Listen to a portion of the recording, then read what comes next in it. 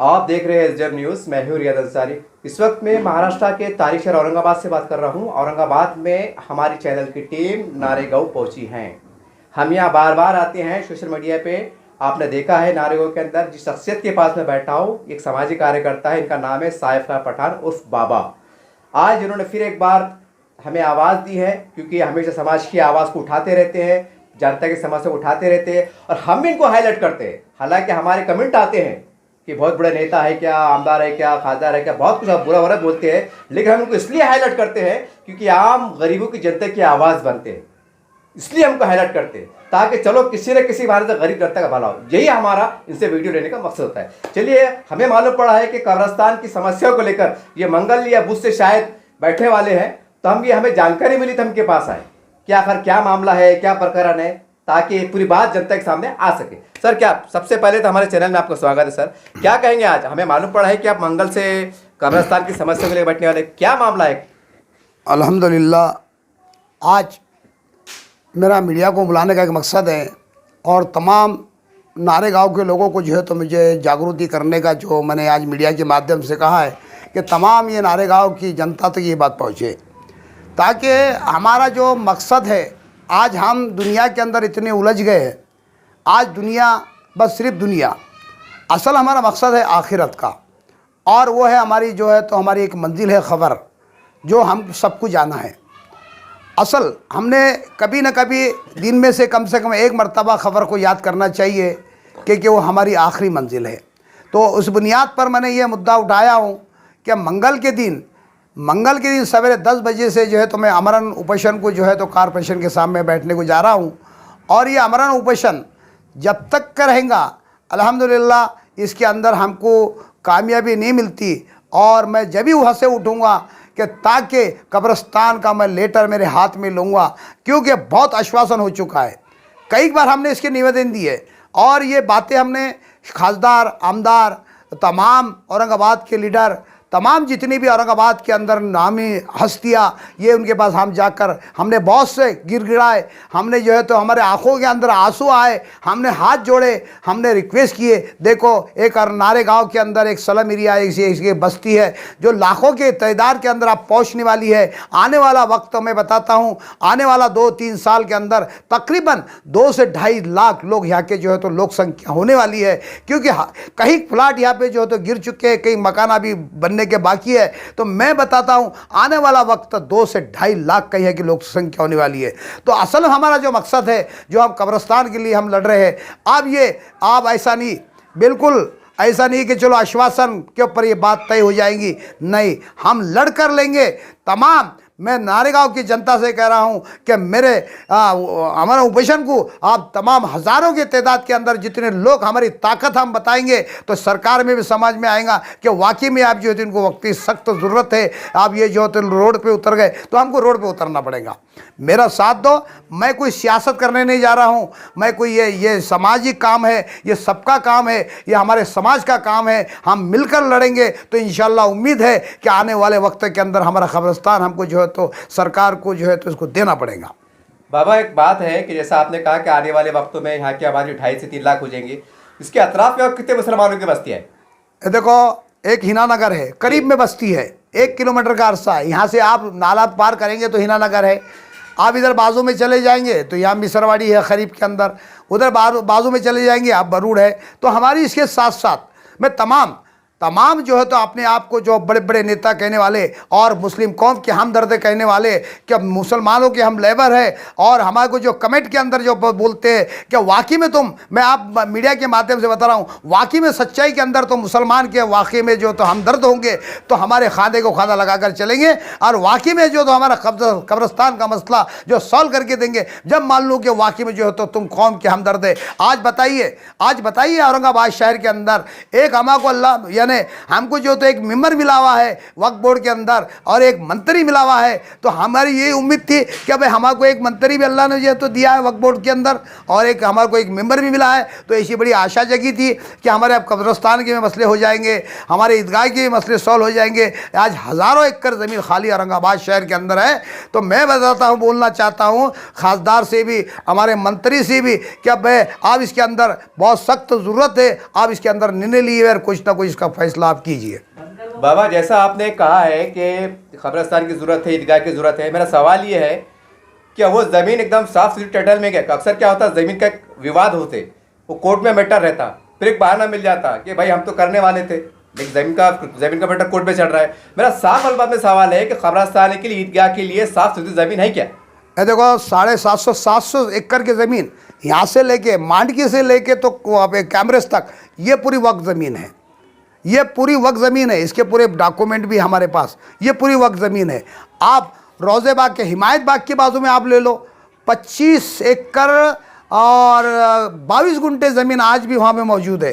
कोई देखने वाला कोई इसको नहीं है। आज मैं तुमको बड़ा हिमायत बाग के अंदर आप देख लो, वहाँ की सर्वे कर लो आप, वहाँ बोर्ड भी लगा हुआ है। कोई भी अगर से इसके ऊपर कब्जा करेगा तो हम उसके ऊपर कानूनी कार्रवाई करेंगे। और कई दलालों के अंदर 8 से 10 मकान, 15 से 20 मकान वहाँ पे बन चुके हैं, लेकिन कोई देखने वाला नहीं है। आज बताइए, वहाँ पे बोर्ड बड़े अंदाज से लिखा हुआ है, क्या कोई भी यहाँ पे कब्जा करेगा तो उसके ऊपर कानूनी कार्रवाई किया जाएगी। और वहाँ के दलाल लोग जो है तो वहाँ बैठे हुए, वो भी आज 25 से 26 एकड़ ज़मीन है, वहाँ पे भी बहुत बड़ी से बड़ी ईदगाह बन सकती है। कई मुसलमानों के जो तो मसले वहाँ से सॉल्व हो सकते हैं। तो इस बुनियाद पर मैं कहीं ऐसी जगह का आप सर्वे कर लीजिए, कहीं का भी जो जगह खाली है, तो इस बुनियाद पर मैं जो तो मीडिया के माध्यम से बढ़ रहा हूँ, ईदगाह की जगह कम से कम औरंगाबाद के अंदर। आप देखो पीछे जो मसला हुआ, कई लोगों ने वहाँ पे नमाज कब्रों के अंदर पढ़ी, जबकि कब्र के अंदर नमाज पढ़ना, सजदा करना हराम गुनाह है। लेकिन फिर भी इस बुनियाद के ऊपर लोगों ने मजबूरी हालत के अंदर, हमको शर्म आना चाहिए हमारे बड़े बड़े नेताओं को, आज वहाँ कब्रस्तान के अंदर लोगों ने सजदा ज़ेर किया, वहाँ पे सजदा किया, जबकि मना है कब्रस्तान के अंदर सजदा करना। बाबा, मेरा सवाल ये था कि आपने अतराफ़ की ज़मीन को गुनाए हैं,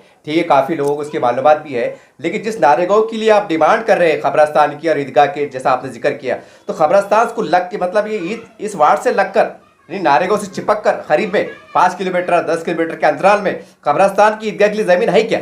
अल्हम्दुलिल्लाह, आपने बहुत अच्छी बात किया। ये बात जनता के पास भी जाना चाहिए, क्योंकि अगर से सरकार बोलती है कि भाई हमको जगह बताओ, तो हम भी जगह बताने के लिए तैयार है। हम जगह बताएंगे, 7/12 भी बताएंगे कि ये 7/12 ये जगह हमारा जो, तो आप वहाँ पे आकर उद्घाटन कीजिए और हमको जो है तो उसका यानी ज़मीन गिन के दीजिए। तकरीबन 2 से 2.5 एकड़ ज़मीन तकरीबन आज भी मौजूद है। आज ये मांडकी रोड के ऊपर आज भी बताऊँगा इंशाअल्लाह अल्हम्दुलिल्लाह, वो भी ज़मीन वहाँ पे जो तो कार पे इसकी जो तो वक्त ज़मीन है, आज वो भी मैं चाहता हूँ कि वो ज़मीन भी मिल जाए तो हमारा मसला सॉल्व हो जाएगा। तो ऐसा कई जगह औरंगाबाद शहर के अंदर है। सरकार ने हमको पूछना, हम बताएंगे कहाँ कहाँ ज़मीन खाली है, उसके सर्वे होगा। लेकिन सरकार तो सिर्फ खाने में लगी हुई है। आज सरकार को सिर्फ भ्रष्टाचार के अलावा कुछ नज़र नहीं आता। यानी नोट मिलेंगी, वही लोग जो है तो आज नेता लोग जो है तो सबसे ज़्यादा मुद्दा वहाँ उठाते हैं। लेकिन मैं बोल रहा हूँ, आज मसला जो हमारा, जो हमको ख़ास इसकी ज़रूरत है, जो आज देखो ये कब्रस्तान, ये पुराना जुना कब्रस्तान है, वहाँ आज पूरा भर चुका है, वहाँ गाड़ने के लिए कोई जगह नहीं है। इस बुनियाद पर हम जो है तो ये हमारा ऑपरेशन करने को जा रहे हैं। बाबा, एक सवाल ये है कि जैसा अभी आपने कहा कि ऑपरेशन को बैठे आप, तो इसके वास्ते कोई अपील आपकी जनता से? मेरी अपील है, तुम नारेगांव की जनता से, शहर की जनता से, क्योंकि हम सब का मसला है। देखो हम सब का मसला है, ये नहीं कि चलो नारेगांव को ही मसला है, क्या भाई एक ही मसला है, ये तमाम औरंगाबाद की जनता का मसला है।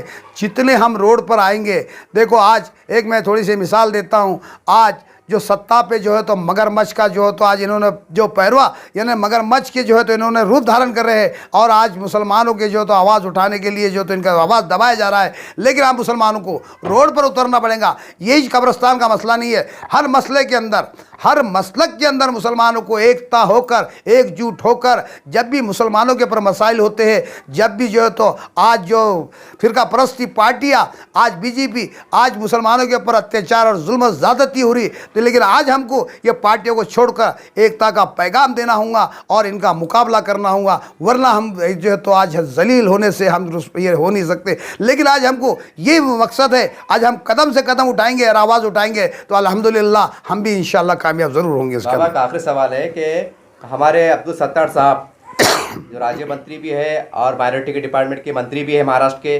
और काफ़ी पकड़ रखते हैं, तो अब्दुल सत्तार साहब से क्या गुजारिश, क्योंकि आज वो मंत्री है, आज उनके पास खाता है, तो हो सकता है कि अगर उनकी कुछ नज़रसानी हो जाए, उनकी कुछ मेहरबानी हो जाए, क्योंकि वो इतने बड़े नेता है और उनका इतना बड़ा दबदबा है, अगर वो एक फ़ोन उठा के अगर बोल दे कि भाई ज़रा क्या है यार जाके देख लो, तो पूरा महाराष्ट्र गवाह है कि सत्तार सेठ अपने आप में इतनी बड़ी ताकत है कि उनके फ़ोन पे अधिकारी काम पे करते हैं, क्योंकि मंत्री है वो। तो उससे उनके बारे में क्या अपील करेंगे आप? देखो अल्हम्दुलिल्लाह कल हमारे अठोले साहब भी जो यहाँ पे औरंगाबाद के अंदर जो केंद्रीय मंत्री आए थे, तो कब्रस्तान के बारे में हमने वहाँ पे भी डिस्कस की और उनसे भी चर्चा हुई। उन्होंने हमें भी आश्वासन दिया कि बहुत जल्द हम सरकार से ये बात करेंगे, जहाँ भी मुस्लिम यानी पूरे जहाँ भी ऐसी नारेगांव की नहीं है, जहाँ भी बस्ती नए है मुस्लिम आबादी हो, तो इसके कब्रस्तान के बारे में इन्होंने कहा कि हम बहुत जल्दी सरकार से इसकी बात करेंगे और इंशाअल्लाह मेरे को उम्मीद है कि बहुत जल्दी जो है तो इसका निर्णय आने वाला है और बहुत जल्द यानी 8 दिन 15 दिन 10 दिन के अंदर सरकार इसका फैसला ज़रूर लेंगी। उन्होंने बराबर 100% हमको आश्वासन दिलाया। और जैसा आपने सत्तार साहब से कहा कि मैं आपसे क्या उम्मीद है, मैं सत्तार साहब से भी जो है तो अदबन गुजारिश करता हूँ, हमारे इम्तियाज़ जलील साहब से भी एक अदबन गुजारिश करता हूँ क्योंकि आप मुसलमान के नेता है, अल्लाह ने आपको जो है तो इज़्ज़त और शौहरत दी है, तो उम्मीद है कि अब भाई दुनिया तो ये हो जाएंगी, लेकिन कुछ ना कुछ आखिरत के लिए एक मुसलमान की जो कब्रस्तान है ये बहुत नेकी से कम नहीं है, इसके नेकियाँ बहुत है, अल्लाह ने इसका जो है तो सवाब बहुत बड़ा रखा हुआ है, क्योंकि आखिरी मंजिल हमारी खबर है, तो हमको वहाँ सब कुछ जाना है। तो हो सकता है, मैं उम्मीद करता हूँ इम्तियाज़ जलील साहब से और सत्तार साहब से, हो सकता है कि इंशाअल्लाह ये जो मेरे आमरण ऑपरेशन के दिन वहाँ पहुँचेंगे और उम्मीद है कि इंशाअल्लाह जो तो कब्रस्तान के लिए मुझे जो तो जगह दिलाने का ज़रूर काम करेंगे इंशाअल्लाह। देखिए इस तरह से साइफ और पठान उस बाबा ने इनकी बात को सुना, ये ऑपरेशन धरने पे बैठने वाले हैं, ये सारी बात आपने सुन लिए। हम भी समाज में घूमते हैं, समाज के दर्द को समझते हैं, लोग हमारे चैनल के माध्यम से बोलना चाहते हैं, हम तो हैरान हो जाते हैं। लोग कहते हैं हम आपके तरफ से बोलना चाहते हैं, हम कहते हैं भैया बड़े मीडिया वाले नहीं है, लेकिन वो कहते हैं कि बड़ा मीडिया बताता नहीं है। ये सोशल मीडिया का एक बड़ी नेमत है, ये जनता का कहना है। इसलिए मैं तमाम लोगों से अपील करता हूँ, खासकर तमाम जिम्मेदारों से और हमारे उलमाए किराम से भी, कि देखिए आप राजनीति में नहीं आते हैं, राजनीति के बाद मस्जिद में नहीं होती, ये कड़वा सच है, लेकिन खुदारा कब्रस्तान के लिए, ईदगाह के लिए तो बात कर सकते हैं ना, कि इसके अंदर आपको ठपका लगने वाला है, क्या फतवे निकलने वाले हैं कि मस्जिद में राजनीति की बात ना हो।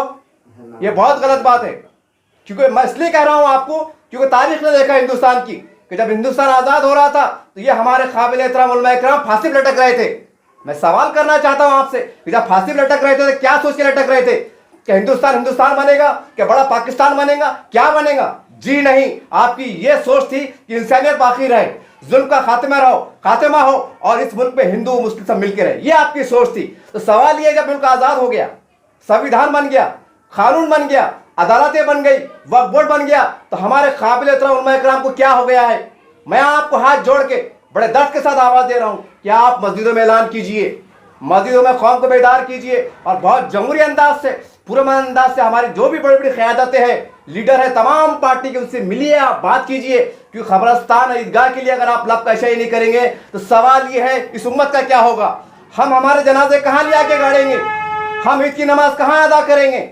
अगर हम यहाँ भी महरूम रहते हैं तो हाय बदनसीबी, हम कहाँ जाए। उम्मीद करते हैं कि इस दर्द को, पैगाम को समझेंगे। न तो याद रखिए वैसा भी परेशानियां और तबाही हमारा मुकद्दर है, हमारे से मुराद इस उम्मत मुस्लिमा का मुकद्दर बन चुकी है, लेकिन डॉक्टर बाबा साहब का संविधान जिंदा है, कानून जिंदा है। अगर आज भी अगर उसका फायदा उठाएंगे तो हाय बदनसीबी, ये हमारी कमती रहेंगी, किसी को बोल के कुछ फायदा नहीं। देखते रहिए आप इस चैनल को।